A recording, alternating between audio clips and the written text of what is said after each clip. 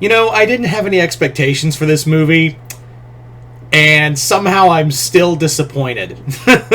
So yeah, I'm going to be talking about the this is going to be my review of the 2024 remake of Salem's Lot, a movie that finally came out after delays and then mysteriously vanishing, and then suddenly like, oh, it's going to drop on Max on the first week of October. Yeah, and I can see why, because holy Christ, like, it's a vampire movie because it sucks. Holy God. Now, I'm not going to say this as a I'm going to say this as a fan of both the Tobe Hooper miniseries and also Salem's Lot's my favorite book of Stephen King. It's my favorite Stephen King novel. So I had a lot going for this. I had a lot of this movie. And I don't know where to start, because it really feels like, okay, actually no, let me actually like talk about some positives first. I think that it was I think some of the cinematography is really good. I love how some of the camera and tracking shots go. There's actually a few beautiful shots in here that I really like. So I hope the cinematographer at least gets a better director of cinematography gets a better deal in a future horror movie, because there are just some really solid shots in this movie. Like, there are some beautiful pieces of this movie that are just like, I feel this is wasted. I feel like this is all being wasted on this garbage. What else?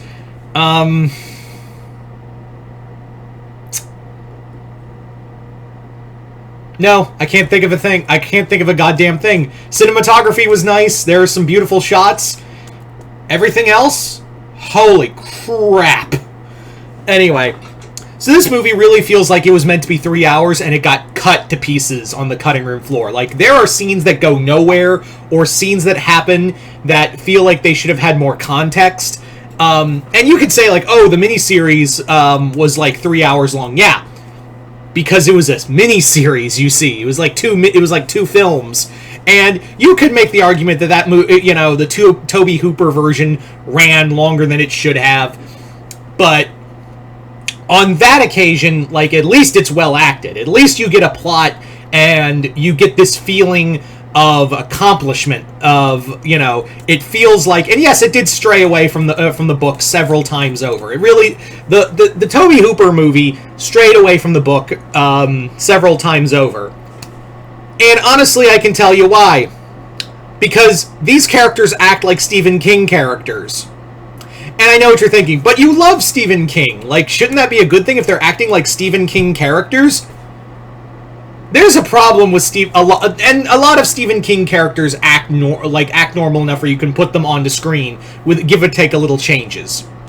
But sometimes Stephen King goes full Stephen King, and a lot of his characters don't transition well, especially if you write them exactly like a Stephen King character. They don't work well on screen. And by God, there are characters and phrases in here that, like, no normal person in 1975 would say or act out. There's really nothing, that's the problem. Like, Stephen King, doing a Stephen King adaptation is a really slippery slope. I know there's so many, right?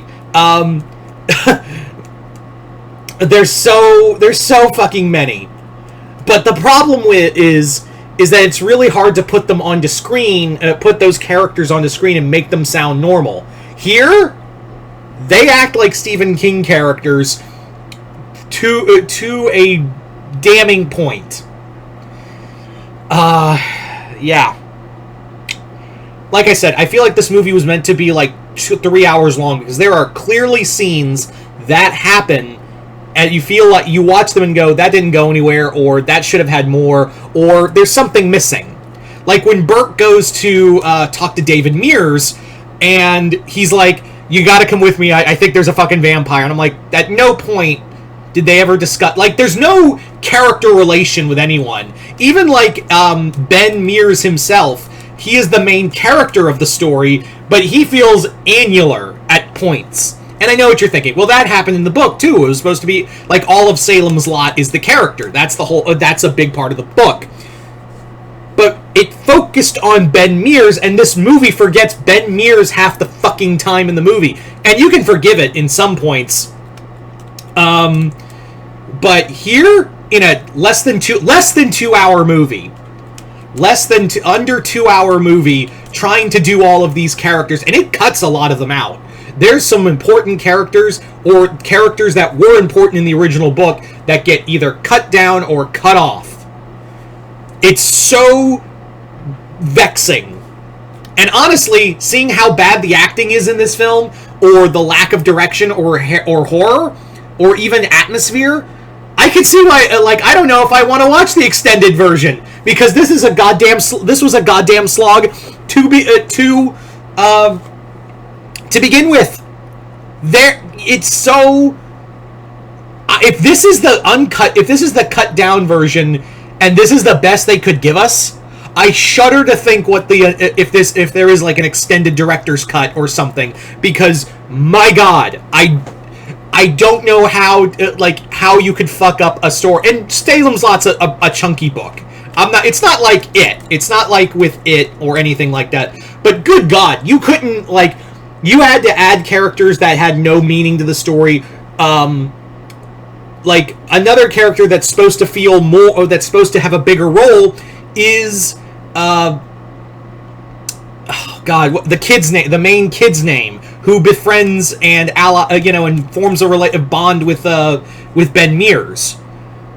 You barely get that feeling in here. You get that in the book and in the Tobe Hooper version, not here. And I'm not trying to sound like a horror movie purist. I wanted to like this movie. I had no expectations, and I was like, I hope this does well. I've actually been surprised a lot by horror this year. Again, First Omen was really good. There's actually been a lot of horror movies that I didn't have a lot of expectations for. I went in with, and then came out going, wow, that was at least good. I at least enjoyed the movie. Here, I'm not even saying this as a fan of the book and the movie. This movie is fucking a drag. And it's on Max. I could stop watching. Honestly, I could have stopped watching. But I had to do this review. And oh God, we haven't even got to the best parts yet. And by best parts, I mean, what the fuck? Another thing that really bothered me, again, going back to Mark, I had to remind myself the name of the young boy. Mark in here, his role is cut down significantly. And they also try to do the whole tapping on the glass thing. You remember how uneasy and spooky it was in the original movie? They do it again here. And I don't know, the CGI eyes and the pale makeup just doesn't hit the same way. How is it that a movie in the 1970s do vampires and make them so uneasy better? There's no tension in these vampires. There's nothing here that makes you say, these guys are scary, these guys are gonna, find a way to get in your house and kill you. That none of that is here. None of the tension with the vampires, none of that with when Mike becomes a vampire, or when the Glick boys become a vampire. There's nothing really here that makes me go, oh shit. And again, going back to characters being cut down, Susan feels even less of a character than I've ever seen in either iteration. Father Callahan is cut. His role in here is diminished, and he's supposed to be one of the major characters of the book and of the original movie. To be fair, Callahan did get cut down in Tobe Hooper's movie just a wee bit, but his role, Callahan's role, he's supposed to be a major character in the story. In here, we're just making him the drunk priest and putting all of his character towards the end when it doesn't feel it doesn't feel like we feel accomplished enough to merit that. I don't know. There's so much more I want to talk about with this movie that just makes me so mad. Oh, and if you want to keep going on characters that were cut down in this movie, Straker is literally nothing except over-the-top, mustache-twirling evil. In the book, yeah, I know he's a little flamboyant. He's supposed to be like a Renfield analog. But in here, he's the embodiment of why sometimes Stephen King characters don't transition well to film, or to film in general. And he's cut down in here multiple times. But what about Kurt Barlow? well, let's talk about Barlow. Actually, no. There's something else I want to talk about with Straker, where Straker was a big part of the book in the original film. Here, he's, again, like I said, like, cut out. There's even a scene where they, like, are piecing and this scene proved to me that this movie was meant to be longer, where Ben Mears, Burke, Dr. Cody, Susan, who, yeah, every time I see Ben Mears, I'm like, holy shit, Ben Mears is in the character of Ben Mears is in this movie. But when they're piecing all the pieces together, they're like, Straker. And I'm like, you have not met Richard Straker or even heard that name at all. No one has brought up Richard Straker at all. Or Kurt Barlow among this group. In fact, no one has heard of that. No one has talked about them at all. So that scene alone made me go, this movie was meant to be much longer. Yeah. So, okay, now let's talk about Kurt Barlow. Barlow.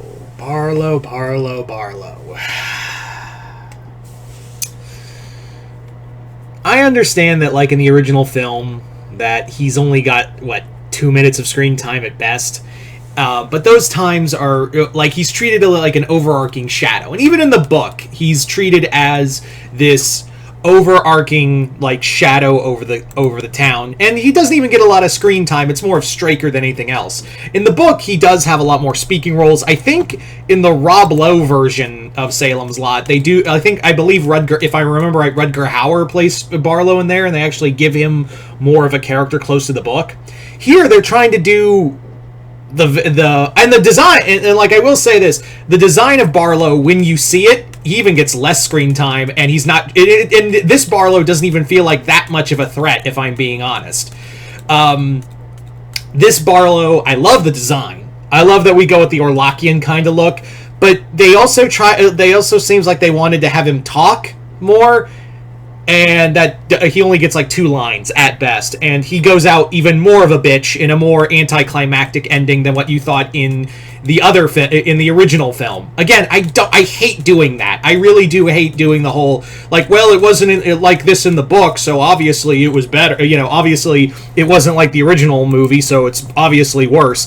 I hate that. I really hate doing that. But, like, Hooper really, like, even Hooper made changes to the book. There's no denying that. Hooper made various changes to the book, but here it really does feel like it really does feel like it's done nothing. This movie has done nothing to add anything. It's your typical run-of-the-mill remake. I will say like, another thing I will like. There are, like I said, the camera angles were good. I think there are some good shots in here. I also like the use of mirrors in here, like, because obviously you can't see a vampire's soul in mirrors, and there's actually, like, some nice surprises here and there, like at least 2 scenes of utilizing the whole no reflection in the mirror. I really do like that. But other than that, yeah, Barlow himself, they get, like, if you're gonna have him speak and be more, then have him be more of a character. Again, the characters just instantly figure out Barlow, even though they've never met or heard of the fucking guy. I don't even think they went to the fucking antique shop at all. The movie does kind of focus, and also I want to apologize, because I said earlier that Dr. Cody was Mark's mom. I misspoke, I'm sorry. Because I was like, oh yeah, we did see Mark's parents. Yeah. And I genuinely, like, with going back to Barlow, I understand that, like, he's more of a shadow, a presence. But, like, here it feels even less so, because, again, none of the characters interacted or bothered with Straker outside of Mark. And when, yeah, Straker gets taken out, I don't care if I'm fucking spoiling this, don't fucking see this movie. This movie is just bad.